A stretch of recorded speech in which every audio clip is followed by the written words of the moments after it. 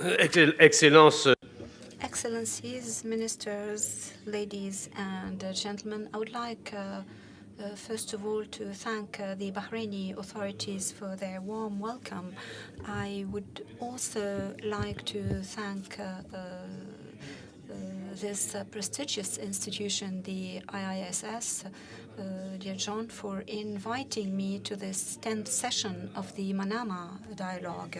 This is a well-known and paramount meeting for the dialogue in the Middle East, just like the Shangri-La dialogue in Singapore is for Asia Pacific. And dear John, you noticed that I participated in the last forum in June on the way to ensure a nimble management of conflicts in Asia and the Pacific.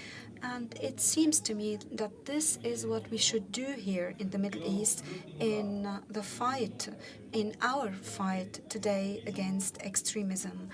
And we need to show, on one side, our determination, our strongest determination in the fight against terrorism, and on the other side, we need to recall our unfailing respect for a culture and a religion shared by millions of believers in this area and in the whole world. This culture and this religion cannot and must not be mistaken for the unholy rantings of extremists who have joined Daesh, ISIL.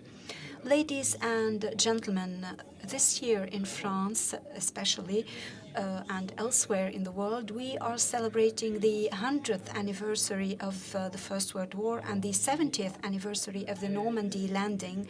Peace and security in the world are threatened by new extremism that is prospering on a background of complex regional crises and which feed on different antagonisms, on the weakening of the states and of the socio-economic structural problems.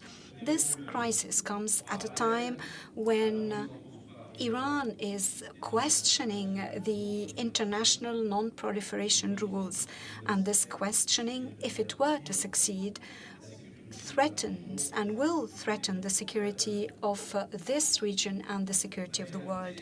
You have invited me today to take the floor and talk about Syria and Iraq and the stability of the region. I will do it, but in a very unpretentious way, especially that I'm taking the floor right after the Iraqi foreign minister. I do it in a very modest way because I represent here a European country, so we are not from this region. But this region is not foreign to us. It has always been close to our hearts in France. It's a region where we have strong partnerships and where we have a military presence. I would like, first of all,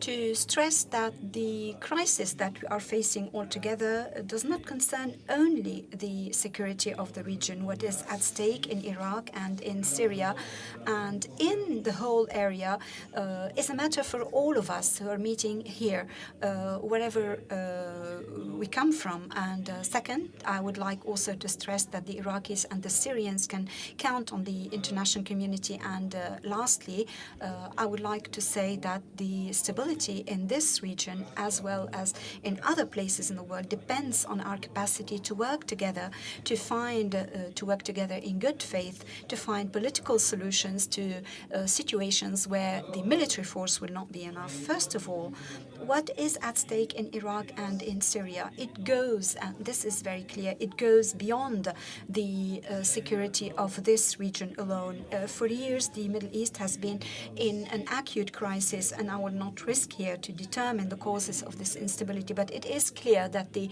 attacks on the 11th of September 2001, the intervention of the United States in Iraq in 2003, the repression of the peaceful demonstrations in Syria in 2011, the degradation of the situation in Lebanon since 2005, the instability in Yemen are causes and symptoms of this reality. In Iraq and Syria, our subject today, we are facing a new terrorist threat, which is could become a worldwide threat. This threat is developing in a terrible dynamics everywhere where the states have weakened, and from an organizational point of view, it is difficult to see how many actors are involved in the shady organizations, and their aspirations are not always convergent. From my side, I would like to stress on three great jihadist blocs, and the first bloc is Al-Qaeda, which is the historic fount of the jihadist threat. This organization has been developing for years, and it has branches with ACME in the Sahel, the Shabab in Somalia, ACPA in the Arabian Peninsula, and a fourth branch, the Al-Qaeda in the Indian subcontinent, and we heard about that on the 3rd of September. This is the first historic fount. The second pole of the jihadist threat rests on ISIL. Daesh, ISIL, is an organization which has been seeking for the last 2 years a territorial anchoring, and this is the new element. It wanted, first of all, to establish a new caliphate before facing the neighboring countries in a logic of expansion and conquest, and the stated objectives of Abu Bakr al-Baghdadi in the Middle East threaten not only Syria and Iraq, but also Jordan, Lebanon, and Palestine. And on the Syrian and Iraqi battlefield, there are between 20,000 and 30,000 fighters. They are leading suicide attacks, mass executions, or atrocities against the populations. And contrary to the Al-Qaeda threat, the threat coming from ISIL mixes between ideological extremism and the mastery of traditional and military means. And since the proclamation of the caliphate, many organizations have pledged allegiance to ISIL in Libya, Egypt, Tunisia, Algeria, but also Indonesia and the Philippines. And the killing of our countryman Hervé Gourdel and the announcement made by Abu Bakr Shekau of the proclamation of a caliphate in Nigeria bear witness to this drawing effect of ISIL on groups who are seeking celebrity. And last of all, the most immediate danger for our country, for France, at this stage is, and as well for other countries, is the presence of foreign fighters, and you have talked about them, sir. Today, more than 1,100 French nationals or residents have been participating in the jihad in Syria. More than 370 of these are present in Syria and Iraq, and more than 54 Frenchmen have been killed fighting in the ranks of ISIL. The security challenge that we are all facing must be considered in the long term. But we also have to deal with it right now, and it calls for a strong and determined and lasting action. And we need a quick and swift reaction in order to avoid the extension of this conflict. For a country like France, it is the first time in years that an external crisis has such a strong and clear impact on the security of our country, not only on the security of our citizens and our interests in Europe, Africa, Middle East. My second point, I would like to stress that the international community did not abandon the Iraqis nor the Syrians. Our response to the present crisis is a global one because the threat is also a global one. Since last September, France was the second country in the coalition to intervene militarily after the United States, and France has been strongly involved in the Middle East on a military level. We have answered since August to the call for help from Erbil and Baghdad. We have provided weapons and training for the Peshmerga to fight ISIL. We have also provided humanitarian aid to the Iraqi populations. We have also deployed military means to participate in the strikes, and beyond that to the airstrikes. We have right now 15 fighters participating, and France has always been there to ask the requests made by the Iraqi government, and we have done so within the framework of the Security Council resolutions, especially Resolution 2170, which was adopted on the 15th of August. Today, we provide support and we act against the terrorist groups, and France is the second, is number two by the means that we have committed to the coalition to fight ISIL. Our direct support to the Iraqi authorities involves shipments of weapons and the support to Iraqi troops fighting on the ground against the terrorists. And these operations have been efficient and have pushed ISIL back, but they are still insufficient. And the destruction of this terrorist hydra will be possible only through the determination of the peoples and the countries to dry up the support to ISIL, either political or financial support. And we are providing our support to the Iraqi forces, and we want thus to enable them to fight ISIL directly under the orders of an Iraqi government, which is now an inclusive government and which is working to the restoration of Iraq as a great state. This word, state, is at the heart of the political and psychological fight that goes hand in hand with the military action. It is absolutely necessary for the reconstruction of the national identities, which have been threatened by years of authoritarian and dictatorial regimes, and also the destructions born of the conflicts that wrecked these countries or the sectarian policies. France does not use the expression Islamic State that ISIL has given itself, because this terrorist organization is not a state, and its members have absolutely nothing in common with the values of Islam. And the highest religious authorities of Mecca and Al-Azhar have reminded us of this. We are also alongside the Syrian people, and the Syrian people today is facing the double threat of terrorist armed groups and a bloodthirsty regime. We cannot forget the direct responsibility of the dictatorship of Mr. Bashar al-Assad for the last 3 years. About 200,000 people dead, more than 3 million refugees, nearly 7 million people were displaced, and policies which have largely contributed to the ascent of ISIL.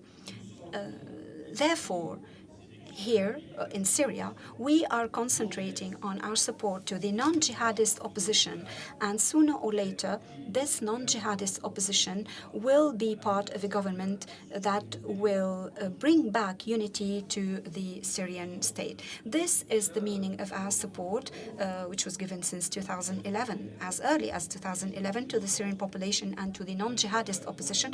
This is also the meaning of France's commitment in the program Train and Equip with our Western allies and with the countries of the region, so that the monopoly of the use of force remains a prerogative of the state and does not turn into an anarchic expression of a violence showing that the states are crumbling. This explains also the commitment of France and Saudi Arabia to help the Lebanese army through equipment to enable the Lebanese army to stop the Syrian conflict from spilling over into Lebanon and to remain the guarantor of the existence of the Lebanese state.